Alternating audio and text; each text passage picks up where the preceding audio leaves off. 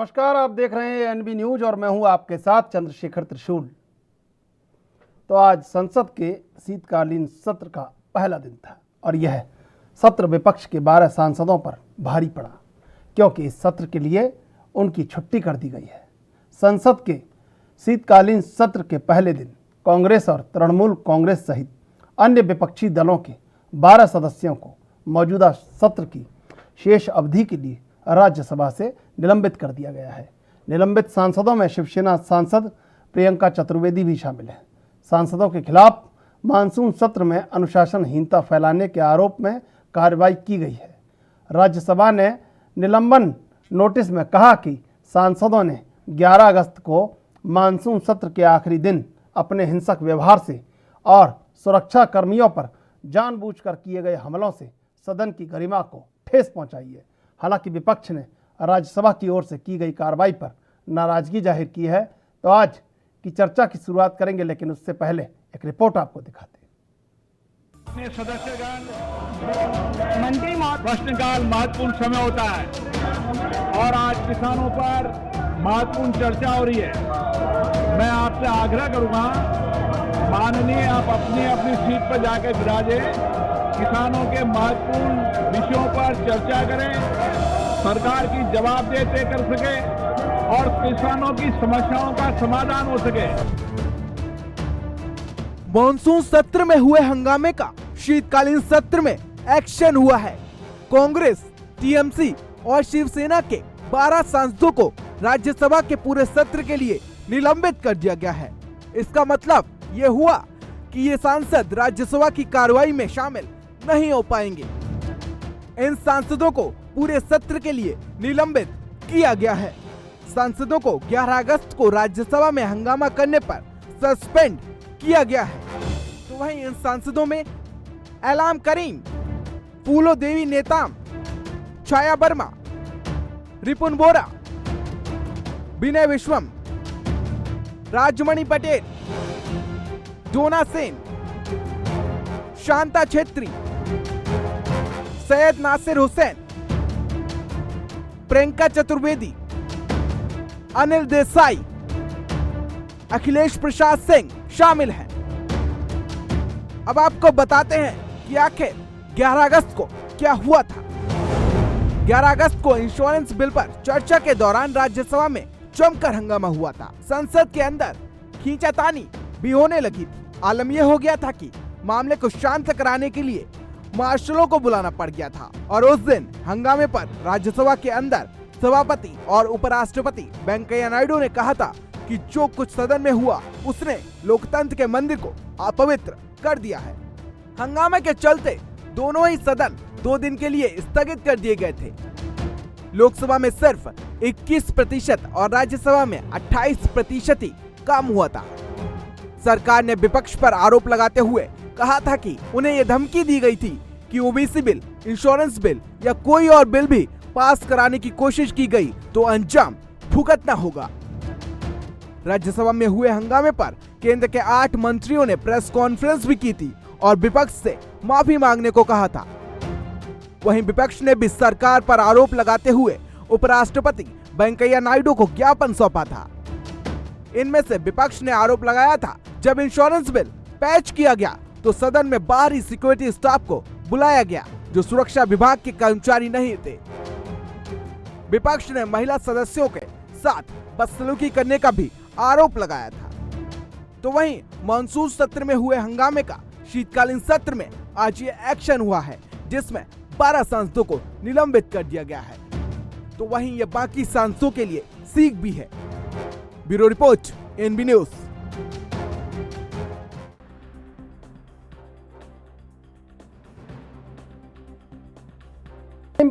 Point foundation पूर्व राष्ट्रपति APJ Abdul Kalam के सुझाव के बाद संसद रत्न पुरस्कारों का शुरुआत 2010 से हुई और इस साल 2020 का पहला संसद रत्न पुरस्कार राज्यसभा से मिला छाया वर्मा को।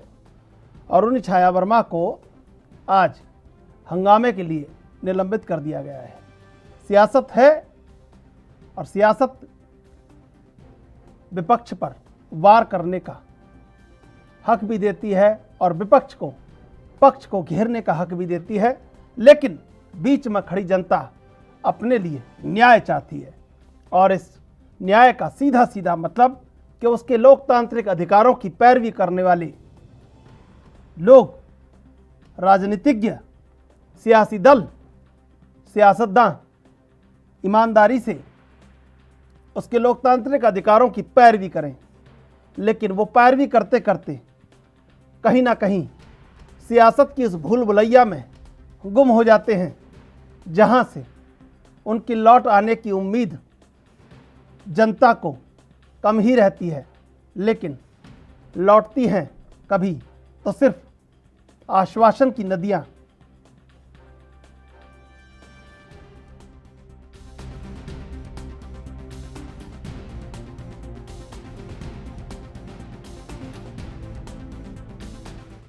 और इस मुद्दे पर चर्चा करने के लिए हमारे साथ दो मेहमान जुड़े हैं। जीएस बाली कांग्रेस से, प्रदीप भटनागर भारतीय जनता पार्टी से। आप दोनों का स्वागत एएनबी न्यूज पर।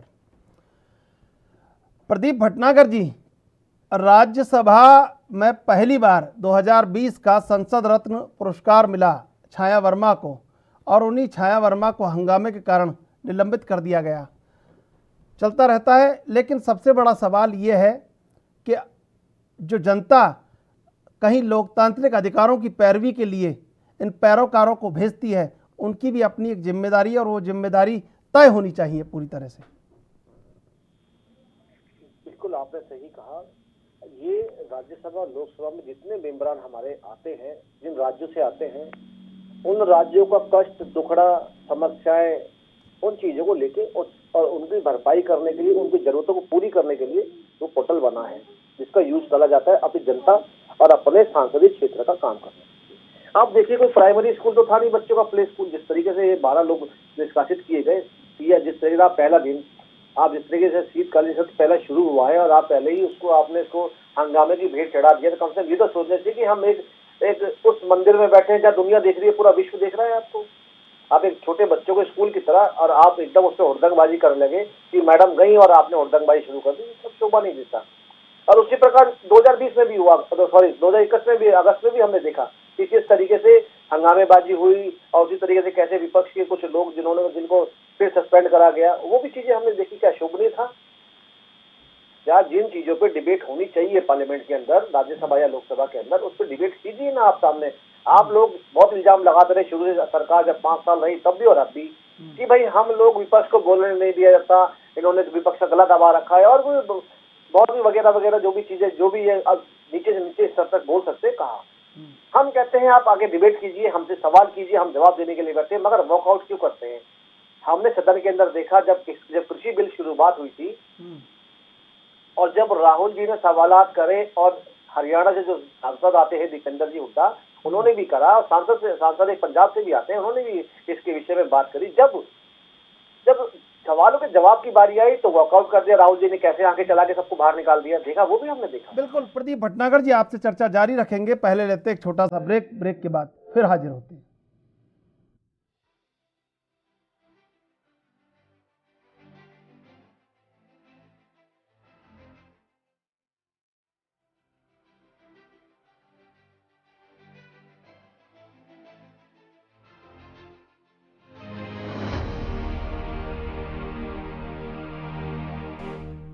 दोनों मेहमान हमारे साथ बने हुए हैं। प्रदीप भटनागर जी, आप जवाब दे रहे थे।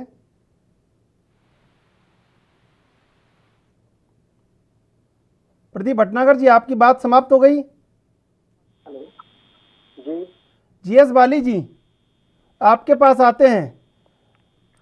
सत्ता पक्ष ने बिल वापस करके फेल हुए बिल को भी पास करवा लिया, लेकिन आपके जो विपक्ष था वो पास होके भी फेल हो गया, 12 सांसद निलंबित हो गए। निलंबित वाली जो बात है आप कर रहे हैं, जब योगी मेरी सरकार अगर नहीं सुनेगी लोगों की तो निलंबित होना संभावित हो जाता है।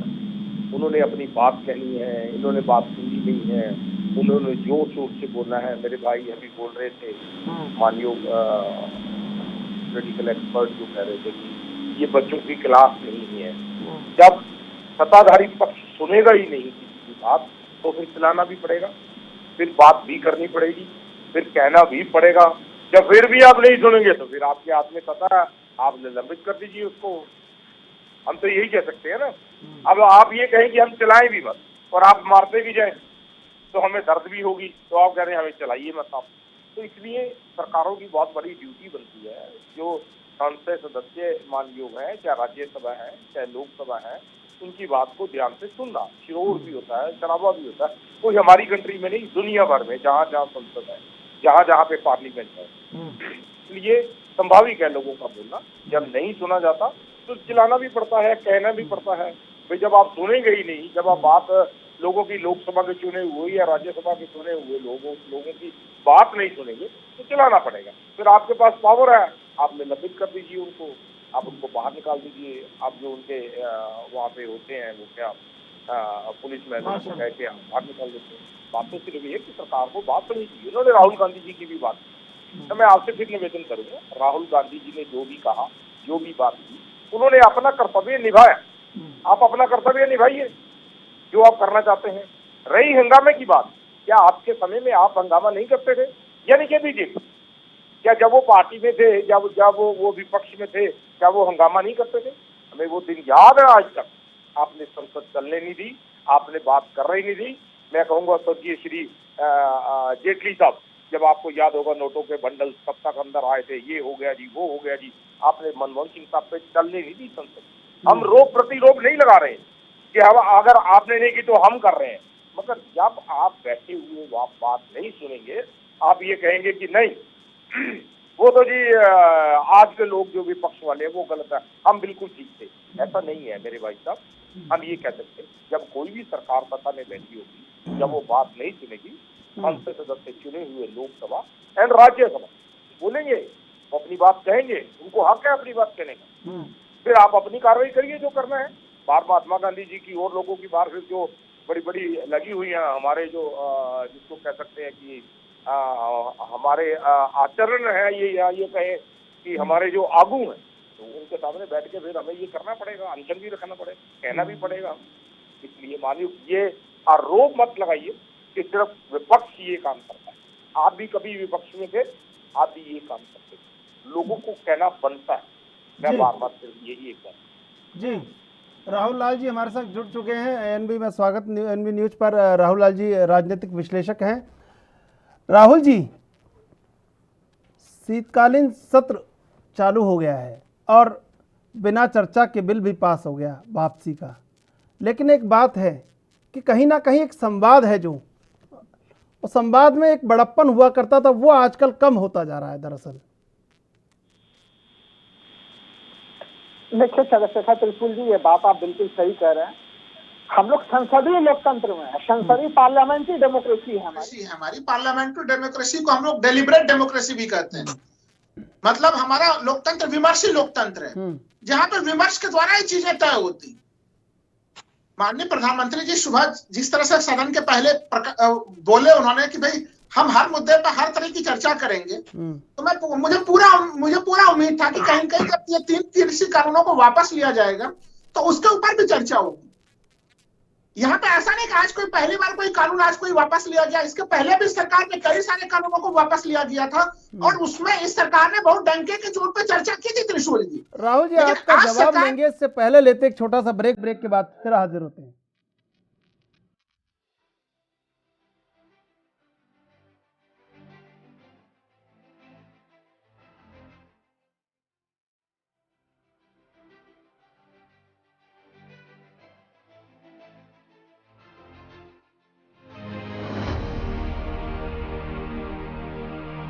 तीनों गेस्ट हमारे साथ जुड़े हुए हैं। हम जवाब ले रहे थे वरिष्ठ राजनीतिक विश्लेषक राहुल लाल का। राहुल जी।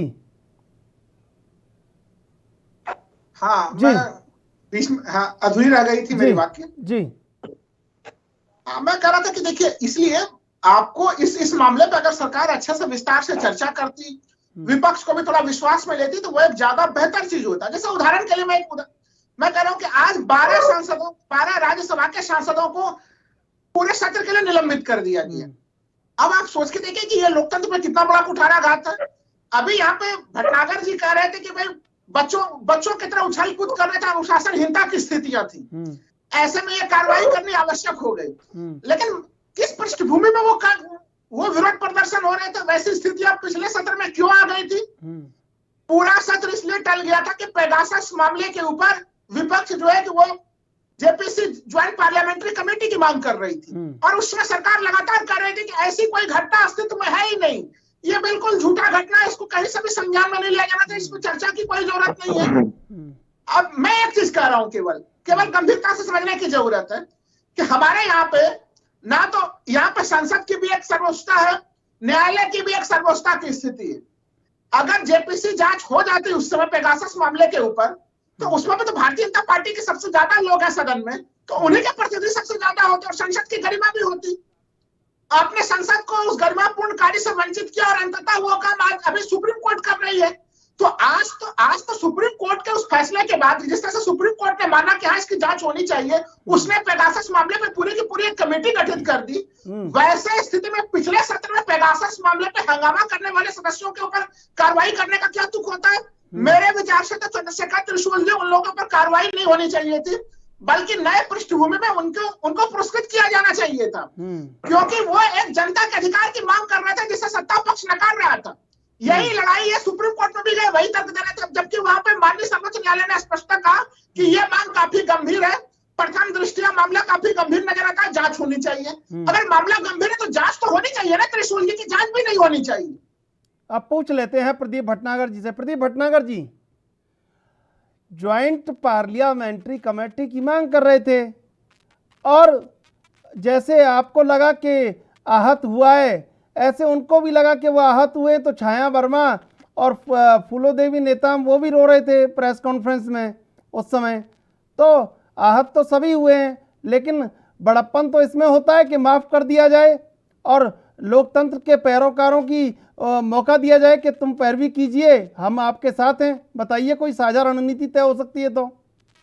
मैं थोड़ा सा इस पर देखिए ना, अगर जो राज्यसभा लोकसभा अध्यक्ष जो बैठे हैं, जब वो अध्यक्ष की सीट पे आ जाते हैं वो सर्वोपरि हो जाते हैं, और एक वो न्याय भूमि में उन्हें क्या करना है उससे वो करते भी है काम, और फिर उन्होंने करा दिए। देखा कि आज लोकसभा भी आपने देखा कि 1 घंटे के लिए कैसे स्थगित कर दी गई, जो शुरुआत हंगामे से हुई। क्या हंगामा हर चीज का वो है? अगर पेगासस मामले पे जो जांच कमेटी बैठी है उससे कुछ भी सवाल जवाब करने थे, तो क्या हंगामा ही इस चीज का नतीजा है? सर, क्या बैठ की कोई बात नहीं है प्रदीप भटनागर जी?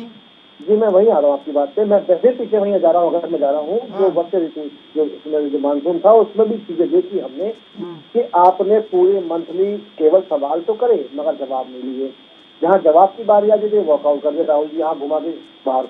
तो मैं इसके विषय में यही कहूँगा, देखिए अगर न्यायालय ने भी पेगासस मामले में अगर आज उठाई है विशेष मैं बता दूँ कि अगर कमेटी बैठी है, कमेटी अपना काम कर रही है, मगर आप लोकसभा राज्यसभा के अंदर कोई भी चीजें उठा रहे तो आपको जब एक बेस्ट सांसद होने का वो अवार्ड ही मिला है तो आपको उस चीज की गरिमा रखनी चाहिए ना। फिर आपको वो अगर गरिमा रखते ही अगर कोई चीज पूछी जाए तो ज्यादा अच्छा है। मैं अभी सुन रहा था, मैं अभी कांग्रेस के मेरे प्रवक्ता बैठे थे, मैं थोड़ा सा उनके भी संज्ञान थोड़ा बता दूंगा कि भारतीय जनता पार्टी ने विपक्ष में रह के कभी इस तरीके से वॉकआउट नहीं करा, सामना करा, और अगर सवाल दागे तो सवालों के जवाब भी लिए और उनको वापिस जो अगर नहीं समझ में आए तो उसको दोबारा भी कराया। मगर ये नहीं कि जो देश हित के अंदर जो काम और कानून या जो कार्य विकास के होने हैं आप उसमें पार्लियामेंट ना चलने दें, आप उसके विषय में ना बोले, ना सुने, ना समर्थन करें, ऐसा नहीं चलेगा। क्यों? क्योंकि जो विपक्ष है वो तो सबसे जो है मुद्दे खत्म होते जा रहे हैं। यही वो लोग हैं जो कहते थे कि भाई मंदिर वहीं बनाएंगे, तारीख नहीं बताएंगे। ये वही लोग हैं जो कि बड़ी बड़ी बातें जो 2070 पे तकने खाई थी और जो खत्म हो गई, क्योंकि इतने बड़े बड़े कार्य अगर कर दिए तो कहीं डर तो है, क्योंकि 5 राज्यों में चुनाव है, 4-5 राज्यों में चुनाव है, उसमें चीजों में नंबर तो बनाएंगे। अब ये चीजें जिस कानून के बारे में जो काला कानून ये कहते थे कृषि के लिए, क्या जिस कृषि कानून को आज वापसी ले लिया गया क्या इसमें समर्थन में नहीं थे कि पूरे किसानों के साथ पूरा समर्थन में थे और कह भी रहे थे कि भाई चाहिए काले कानून आप जिन्हें कह रहे हैं इनको वापस लेना चाहिए। जब सरकार ने वापस लिया तो आपको कोई परेशानी है, आपने क्या समर्थन किया उसमें? और आप कह रहे हैं कि जो पार्लियामेंट के अंदर बहस नहीं हुई। अरे जब कानून जब वापसी के लिए आप अड़े थे और आपने इतना हड़ताल और किसानों का साथ दिया, आपकी जीत हो गई, हम तो कह रहे हैं इस बात को ओपनली बैठे कह रहा हूँ, आप अपनी जीत मान ली और श्रीमती प्रियंका गांधी जी ने, वाड्रा जी ने लड्डू भी खा लिए मीडिया के सामने, तो ये बहस किस चीज की कराना चाहते थे? थोड़ा इसमें तो स्पष्टीकरण दीजिए। बिल्कुल बिल्कुल बिल्कुल। GS बाली जी, जीएस बाली जी, सुन रहे हैं आप मुझे? हाँ बिल्कुल सुन रहा हूँ जी। जीएस बाली जी, देखिए जिस तरह बीजेपी के प्रवक्ता लगातार ये कह रहे हैं, मैं भी काफ़ी सुन रहा हूँ कि मुद्दे खत्म होते जा रहे हैं, तो अब लग रहा है कि 2-4 और महीने में मुद्दे पूरे ही सब खत्म हो जाएंगे, फिर एक शुरुआत होगी देश की नई। लेकिन ये कह रहे हैं कि वॉकआउट कभी किया ही नहीं और सदन की गरिमा हमेशा बनाए रखी। अब इस आदर्शवाद का क्या करें, आप बताइए। देखिए, मानयोग जो बीजेपी के प्रवक्ता हैं जो बात कर रहे हैं, कहनी भी चाहिए, उनकी बात ही है। अगर वो ये बात नहीं रखेंगे तो आगे बात कैसे चलेगी? रखनी चाहिए। शायद मेरे भाई प्रवक्ता जो बीजेपी के हैं उनको मालूम है या नहीं है मुझे नहीं मालूम, थोड़ा सा पिछली हिस्ट्री में चले जाइए, आपको बहुत कुछ नजर आ जाएगा। जब हंगामे होते थे आपकी तरफ से, जब संसद बंद हो जाती थी, जब वॉकआउट कर देते थे, तो बहुत कुछ करना भी पड़ता था और होता भी था।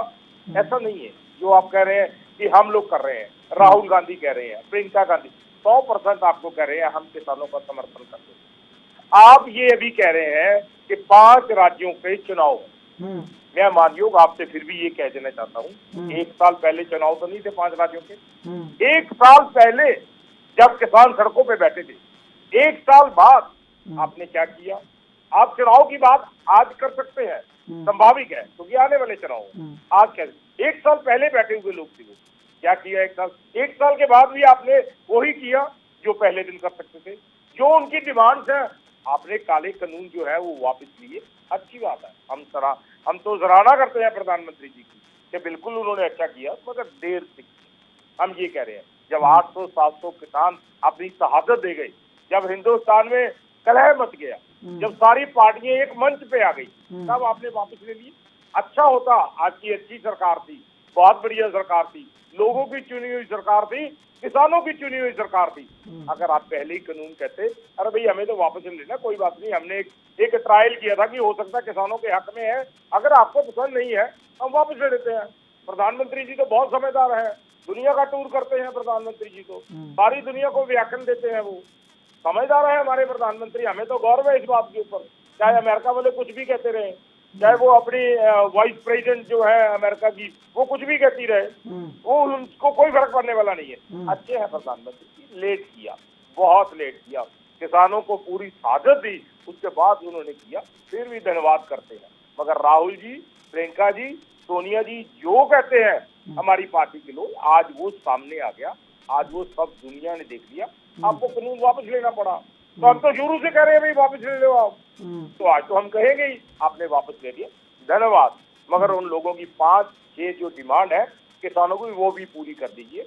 जो लोगों की हत्याएं आई हुई हैं उनको मुआवजा दीजिए, जिन पे FIR हुई है वो वापस लीजिए, जिन पे केस दर्ज है वो वापस लीजिए, बिजली का जो कानून है वो वापस लीजिए, MSP पे जो रेट है उसको तय करके खत्म कर दीजिए सर। उसमें कौन सी तो जीत हम किसकी माने, आपकी माने या किसानों की माने? बस मैं इतना ही कहना चाहूंगा मानयोग। बिल्कुल, मैं राहुल जी आपके पास आऊंगा, लेकिन पहले लेते हैं एक छोटा सा ब्रेक, ब्रेक के बाद फिर हाजिर होते हैं।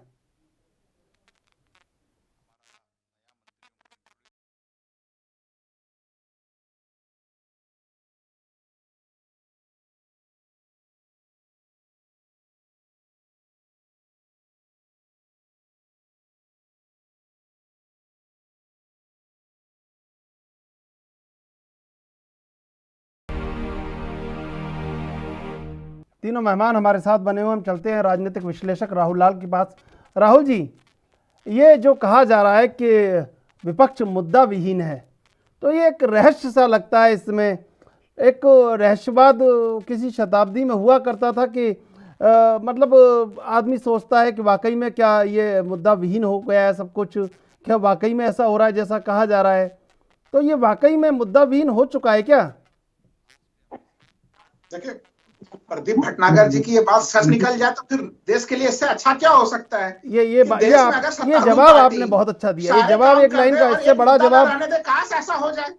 ये जवाब बहुत अच्छा दिया। ये तो बहुत ही स्वर्णिम पल होगा ये चीज। लेकिन देखिए, ये कहने की चीजें ऐसी आदर्श स्थिति में हम लोग आए नहीं है अभी।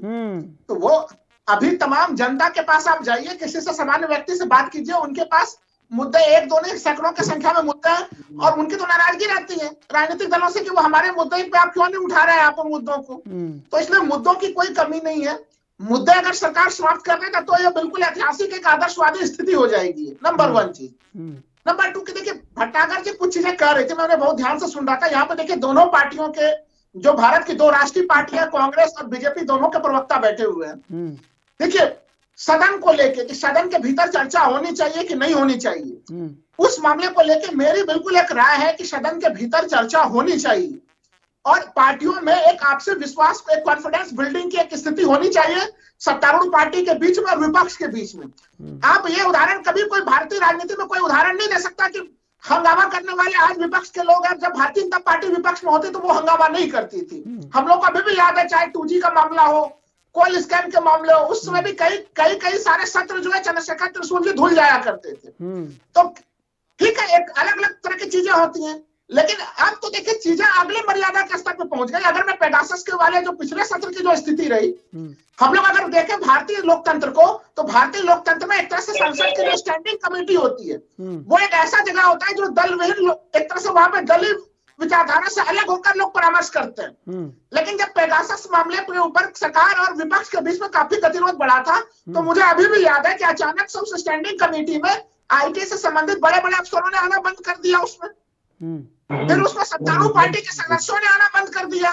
तो एक तरह से वो गतिरोध की स्थिति केवल संसद के पटल पे नहीं थी, संसद के स्टैंडिंग कमेटी में भी थी। तो देखिए ये परंपरा सही नहीं है, आपको वार्तालाप की परंपरा रखनी चाहिए। अगर प्रधानमंत्री जी अभी भट्टागर जी कह रहे थे तो ये तीनों कृषि कानून अगर वापस नहीं लिया जाएगा तो उसको चर्चा क्यों होनी चाहिए?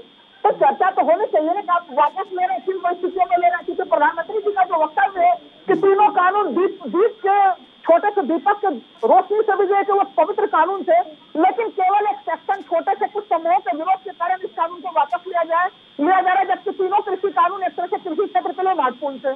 तो अभी भी आप जब तीनों कृषि कानून को वापस ले रहे हैं और जो तमाम बयान दे रहे हैं, उन बयानों में सरकार अभी भी उन तीनों कृषि कानूनों को काला कानून नहीं मान रही है, तो आपको संसद में समझाना चाहिए, पूरे देश को समझाना चाहिए था कि क्या किन परिस्थितियों में आपको उन कानूनों को वापस लेना पड़ा। तो देखिए कोई पहली बार किसी कानून को वापस नहीं लिया गया। अगर मैं यहाँ पे दर्शकों को बताऊं, अगर कम से कम 2014 से अब तक पुराने कानूनों को जोड़ दिया जाए, जो अंग्रेजों के जमाने के भी कानूनों को 1700 कानूनों को सरकार ने वापस लिया है, उसमें भी उन कानूनों में भी सरकार बड़े गर्व से 10-15 मिनट, तो उसमें भी आप लोग सदन में बताया करते थे कि भाई ये कानून बड़ा अप्रचलित था, 70 सालों में इसको नहीं हटाया गया, हमने हटाया। तो आप काफी विस्तार से सदन में बताते थे सत्तारूढ़ पार्टी कि हम उस कानून को क्यों हटा रहे हैं। लेकिन एक कानून जो इतना ज्यादा चर्चा में था, सब लोग समझना चाहते थे सरकार का पक्ष, सरकार ने इसको चुप्पी रख ली। स्पष्ट है कि अगर वो इस पर चर्चा होती तो कई सारे असहज सवाल उठाते, संभवतः सरकार उसका उत्तर चंद्रशेखर जी नहीं देना चाहती थी। यही कारण है कि एक तरह से उस विमर्श की स्थिति को रोका गया। बिल्कुल। प्रदीप भटनागर जी, देखिए आप जिस विश्वास के साथ पवित्र कानून को लेकर आए थे, तो आपको सदन को समझाना चाहिए था कि यह हठधर्मिता नहीं है, ये विश्वास है, लेकिन चूंकि जनता का विश्वास कहीं ना कहीं थोड़ा सा डगमगा रहा है, तो इस विश्वास को सुरक्षित करने के लिए हम पीछे हट रहे हैं। तो ये तो सदन को बताना चाहिए था। वहाँ प्रतिनिधि जो आते हैं, पैरोकार जो आते हैं जनता के, उनको समझाना चाहिए था। ये तो ठीक बात थी। देखिए मैं से विषय में अगर आप फिर राज्यसभा या लोकसभा जाते हैं, जब शपथ ग्रहण समारोह जो नए सांसदों का हुआ, उसके बाद हमने हंगामा देखा किस तरह शुरू हुआ। जब बाकायदा लिखित में इस विषय को दे रखा था कि ये तीनों कानूनों की वापसी को लेके ही एक बहस होनी है, तो हंगामा क्यों हुआ और सवाल जवाब क्यों नहीं चले? मैं बिल्कुल सही कह रहे हैं, बिल्कुल, और सवाल जवाब होने भी चाहिए। और हो सकता है कि जो 3 कृषि कानून जो बनाए गए थे, जो आए थे, जिनको लागू करना था या होना था, जो हुआ, उसके ऊपर बहस होनी चाहिए थी। मगर अब तो जिनको बहस करनी थी वो क्यों हंगामा करा और क्यों निष्कासित हुए और क्यों लोकसभा राज्यसभा का भंग करनी पड़ी, ये भी चीजों पे जाना पड़ेगा। और हम तो चाहते थे तीनों बिलों पे बहस को, लेकिन हम लोग पहले भी जब ये तीनों कृषि कानून आए थे, तो हमने आपने देखा कि किस तरीके से हंगामा था और किस तरह वॉकआउट हुआ। 3 बार सदन में 4 दिन तक इस बात विषय को लेकर चकमकच रही कि मजबूरी में आके फिर सरकार को इसको पारित करना पड़ा। ये लोग सब पूरे 1 साल चिल्लाए कृषि कानून को लेके कि इन्होंने किसी से विषय में मीटिंग नहीं करी, बहस नहीं करी, कानून लिया है, थोप दिया। अरे भाई ये तो बताओ आपने क्या किया, आपने कितनी बहस करी, कौन से पे बैठे आप? ठीक है आप समर्थक है कृषि कानून को लेके, मगर आपने कितनी बार सदन में आप बैठ गए? और आपने इस विषय पे बात करी। आपने किसी कानून को बहुत काला कह दे, सब कुछ कह दे, मगर समझाया नहीं आपने कभी किसी को। अगर किसी कानूनों की बात तो आप लोगों ने करी, मगर किसी के लिए अगर काम किया होता तो मेरे जो 2 एकड़ 1 एकड़ वाले जो किसान है तो शायद वो 10 एकड़ वाले 20 एकड़ वाले हो जाते, और जो 10% माफिया हैं जिनको 100 बीघे जमीन है, आज जो कृषि का मजा ले रहे हैं और गरीबों का खून चूस रहे हैं, आज उनको जो फायदा मिल रहा है वो गरीब को ही मिल जाता है। जितनी हवाएं उड़ाई सर ये क्या प्रदीप जी, अगर ये सियासी सपने सच में ही पूरे हो जाते तो जनता जाने कहाँ होती है आज देश की। लेकिन सच यही है कि सियासी सपने पूरे नहीं होते हैं। मैं ये आरोप नहीं लगा रहा कि वो भाजपा और कांग्रेस वो सबके साथ है। जो देखिए प्रदीप जी जो सत्ता के कालीन पर चढ़ जाता है ना, जनता वहाँ बहुत छोटी हो जाती है। अगर ये सियासी सपने सच हो जाते तो जाने भारत कैसा होता। बिल्कुल सही है। हम आज 3 जो यहाँ बैठे हैं मेम्बरान, हाँ। जो इंग्लिश कपड़े पहने और इम्पोर्टेड कपड़े पहने और महंगे कपड़े पहने बैठे, एक तरफ निगाह उठा के जमीन के नीचे भी देखना चाहिए। जो मेरा किसान जो धोती पहनता है, जो 32 तरह की, वही कोई नहीं देख रहा है ना। दिक्कत यही है। पहले लेते एक छोटा सा ब्रेक के बाद फिर हाजिर होते हैं।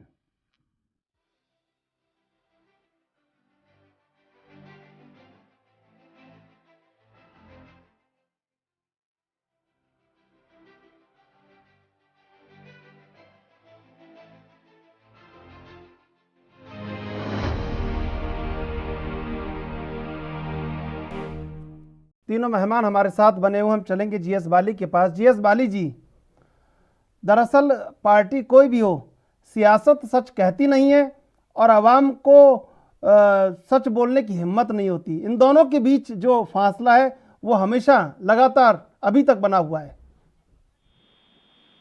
आप जरूर कह रहे हैं कि सच बोलने की जो है वो हिम्मत नहीं होती। जनता ने सच बोला, इन्होंने कानून बनाए, किसानों के बीच में गए, किसानों ने जो किया आपके सामने है, जो गवर्नमेंट ने किया आपके सामने है, संसद में राहुल जी ने रखा, अगर प्रियंका जी ने रखा आपके सामने है, जो उन्होंने यूपी में कहा वो आपके सामने है, हुआ वही जो उन्होंने कहा आपके सामने है ना। इसमें तो कोई नहीं, सारी दुनिया ने उसको देखा।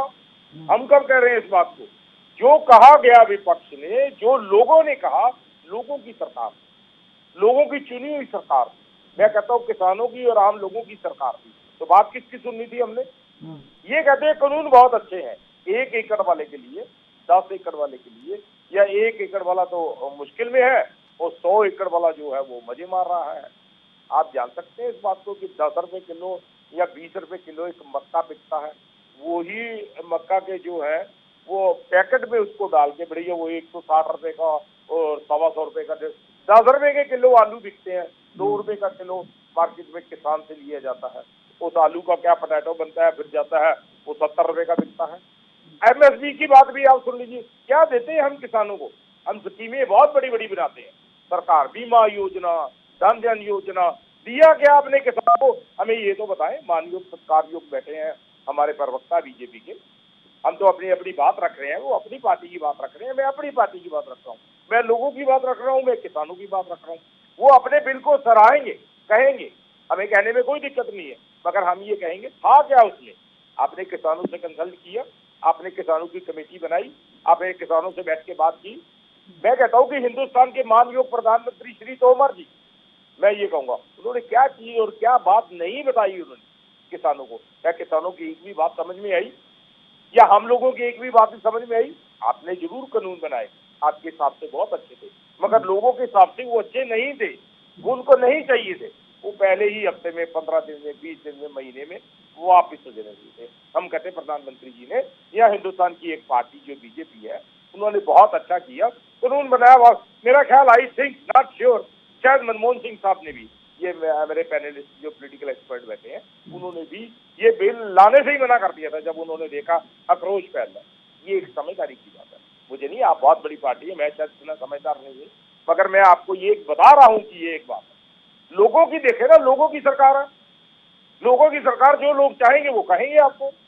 जो हुआ आज, तो आपके आगे प्रार्थना भी है, निवेदन भी है हाथ जोड़ के कि जो लोगों की बात है, जो वो इंसाफ चाह रहे हैं किसान, आप जरूर उनको दीजिए। अभी भी आपकी 2 साल 3 साल सरकार है, ये चाहते हैं हम, जो जैसे आपने कानून काले वापस लिए हैं, बाकी भी उनकी डिमांड पूरी करिए। और आप आइए उसमें, राजनीतिक में तो कोई ऐसी बात थोड़ी। हम तो कहेंगे भाई, हम तो लोगों की बात करेंगे। हम विपक्ष में हैं, हमें लोगों ने बिठाया ही इसलिए है कि हमने गवर्नमेंट के कान खोलने हैं, गवर्नमेंट को बताना है, हमने बोलना है भाई। हम चिल्ला के भी बोलेंगे, आपका जो कानून कहता है आप वो करिए। हम तो धरने भी देंगे, हम हड़ताल भी करेंगे, हम सड़कों पे भी बैठेंगे, मगर लोगों की बात को हम रखेंगे। ये मेरा निवेदन है प्रवक्ता साहब जी। राहुल जी जो निलंबन हुआ है वो निलंबन छोटा भी हो सकता था, और दरअसल ठीक है वो फैसला है, उसके खिलाफ क्या टिप्पणी करना। लेकिन सबसे बड़ी बात है कि ये जो सियासत का दौर है इसमें संवाद का जो बड़प्पन है वो बहुत कम होता जा रहा है, और अगर ये इस तरह कम हुआ तो फिर शायद ऐसा लगता है कि आने वाले दौर में बातचीत होना बंद हो जाएगी बिल्कुल, या फिर चारों तरफ कैमरे लगा के और कांग्रेस और बीजेपी के लोग बैठा करेंगे, बात किया करेंगे, रिकॉर्ड किया करेंगे, फिर वो कहीं प्रस्तुत की जाएगी कि इसमें कौन क्या बोला है। ऐसा तो नहीं है, ये तो विश्वास कम होता जा रहा है। देखिए बहुत गंभीर चीज आपने कही है, मैं बार बार कह रहा हूं कि देखिए चाहे वो सदन के भीतर जिन लोगों को निलंबित किया गया, चूंकि पूरे सत्र के लिए आपने निलंबित किया है, हमें लग रहा है कि मैं इस मामले पर आशान्वित हूं कि इस पर संभवतः कुछ पुनर्विचार आगे के समय में हो सकता है कि सभापति महोदय करें, उनके पास पूरा क्षेत्राधिकार है कि वो इस पर पुनर्विचार भी करेंगे, क्योंकि ये बड़ा अतिशयोक्तिपूर्ण लग रहा है कि पूरे सत्र के लिए आप निलंबित कर दे रहे हैं, वो भी आज के परिप्रेक्ष्य में।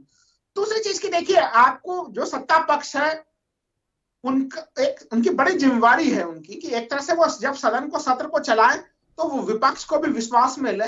देखिए अब तो सर्वदलीय बैठक भी चंद्रशेखर जी ऐसी होती कि लग रहा है कि आप पहले सर्वदलीय बैठक के पहले भी जो विपक्ष जो सत्तारूढ़ पक्ष के जो बड़े नेता होते तो विपक्ष के बड़े नेताओं से व्यक्तिगत तौर पर बातचीत करते थे, एक कॉन्फिडेंस बिल्डिंग का पूरा प्रयास करते थे, फिर वो सर्वदलीय बैठक होती थी। वो तो अब तक सर्वदलीय बैठक भी लग रहा है कि जैसे कि एक कॉरम पूरा करने के लिए जो है कि सर्वदलीय बैठक किया जा रहा है। राहुल जी वो टूटता जा रहा है, वो टूटता जा रहा है, तो बिल्कुल वो टूटता चला जा रहा है। तो ये संसदीय परंपराएं टूट रही हैं। देखिए संसदीय जो पार्लियामेंट्री डेमोक्रेसी है उसमें संसदीय परंपराओं का बहुत महत्वपूर्ण योगदान है।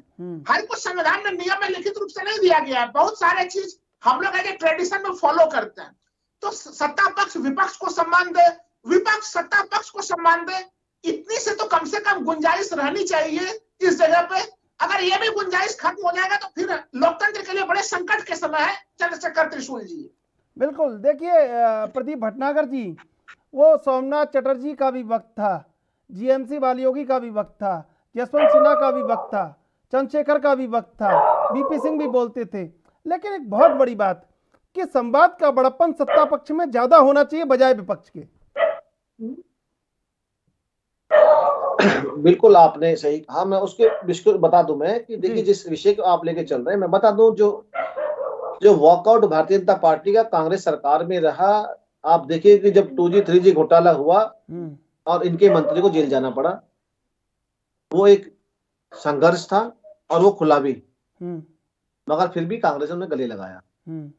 और कोयला घोटाले का भी देखा, जिंदल परिवार और जो लगे हुए थे और जिनको मनमोहन सिंह जी को भी जवाब देना पड़ा, उसके विषय में भी थोड़ा रोशनी डाले कांग्रेस की कितनी पाक साफ है।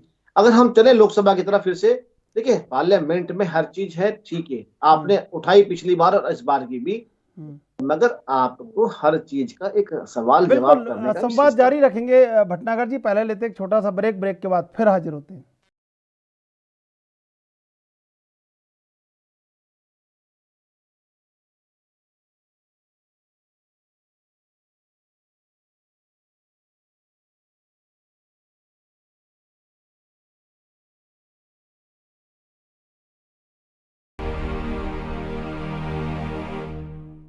तीनों मेहमान हमारे साथ बने हुए, हम चलते हैं प्रदीप भटनागर के पास। प्रदीप भटनागर जी, ये क्या आपने एक एक लाइन लिख के रख रखी है क्या कि जो इनने किया था वो सब इनसे करना है? नहीं, देखिए लिखने वाली कोई इसमें नहीं है। थोड़ा सा चीजें मैं फिर कहना चाहूंगा कि इस बार अगर इनको अपनी छवि सुधारनी है तो थोड़ा संयम रखना पड़ेगा पार्लियामेंट में इस बार। तो जितना संघर्ष कांग्रेस को जिंदा करने में पूरी पार्टी लग रही है, राहुल जी लग रहे हैं, उतना राहुल जी जीरो कर रहे हैं उसको, क्योंकि पार्टी का इतनी कंडीशन खराब है कि यूपी में कार्यकर्ता नहीं है और उसके प्रशिक्षण के लिए छत्तीसगढ़ भेजा जा रहा है। तो चीजों को देख रहे हैं हम लोग भी कि कितना बौखलाई हुई है कांग्रेस, उनकी इन चीजों को, छोटी छोटी चीजों को ऊपर उठाने में लगी है। मगर विपक्ष में बैठ के दिल बड़ा करके बातें करनी चाहिए कांग्रेस को। हम तो यही निवेदन करेंगे कितना बड़ा करें, दिल कि बड़ा आप हर करते विषय करते पे तो आइए, विपक्ष में आ हमसे गए, अब कितना बड़ा डिबेट करें, क्या कीजिए, खत्म कर बात दें क्या कीजिए। खुद को? जीएस बाली जी जी, कुछ क्या कहना कहें? चाह रहे हैं आपसे? जीएस बाली जी जीएस बाली जी का आवाज नहीं आ रही है। अब आप सुनिए, आप दिल से सुनिए, आप कान से सुन रहे हैं, दिल से सुनेंगे तो आवाज आएगी, कान से कैसे आएगी? देखिए भटनागर साहब, मैं बीजेपी के प्रवक्ता जी भटनागर साहब से कहना चाहूंगा। जी जीएस बाली जी,